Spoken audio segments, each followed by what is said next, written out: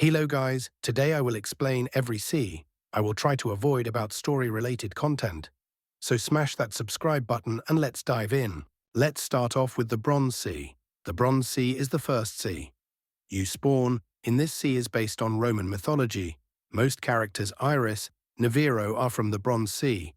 The name Bronze Sea is likely a reference to either the Bronze Legion, or just that the Legion wears bronze armor. The Bronze Sea's biggest kingdom is Ravenna, which is like the ruler of the Bronze Sea.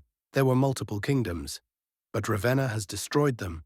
Ravenna's rulers have always been corrupted, mostly trying to obtain power over the sea. Overall, this sea is mostly a good place, if you respect the Bronze Legion and the Ravenna Kingdom, similar to the Roman Empire. After the Bronze Sea, we dive into the Nimbus Sea, which is currently the newest sea. At the time I am recording this, the word Nimbus has multiple meanings, but it mostly means clouds, which actually pretty accurate to the Nimbus Sea. Since there is a huge kingdom in the sky, the Nimbus Sea is based on Egyptian and Arabic mythology. The main kingdom in power of the Nimbus Sea is Cimmeria. Cimmeria literally means watch mountain, unlike Ravenna that craves control. Cimmeria mostly tries to keep order. Overall, Cimmeria is a fine place. Now we will start diving into seas that we haven't seen yet. The Vimeir Sea is the third sea.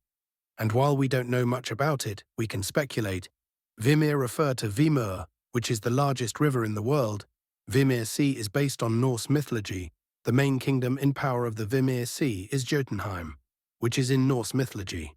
The realm where giants live, the army is called the Caraxi army, which can actually be found. Roaming in the Nimbus Sea, the kingdom seems mostly like Ravenna. They crave mostly for control and are not scared to go to war with other kingdoms. Even in other seas, overall, the Vimeir Sea seems like a pretty dangerous place to be in. Aian Sea is the fourth sea, but it's a lot like the Bronze Sea. Since the Bronze is based on the Roman Empire, and the Aian Sea is based on the Greek Empire.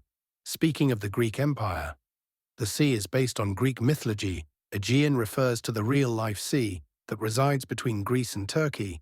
The empire in power seems to be the Azure Kingdom, which we don't know much about. However, we do know that the Azure Kingdom was generous enough to send someone of their legion to the Bronze Sea that did not try to make conflict. The kingdom overall seems to be good, similar to Cimmeria. Chimera Sea is fifth sea, which again we don't know much about. We do that Chimera Sea is based on mostly Eastern mythology, but mostly Japanese mythology. The main kingdom in power is the Throne Kingdom. We can actually pretty easily guess that Shura is from this sea. It doesn't seem to make much problems. Other seas, however, if we go by the idea that people are similar to Shura, they would be quite polite. This sea is pretty awesome, and I would love to see it in game. Marauding Sea is the last sea of the main storyline, if we assume that the Dark Sea isn't part of it, which I'll mention real quick. The Dark Sea is a magical sea, which doesn't really seem to be based on a specific myth, but it seems to be inspired by fierce seas.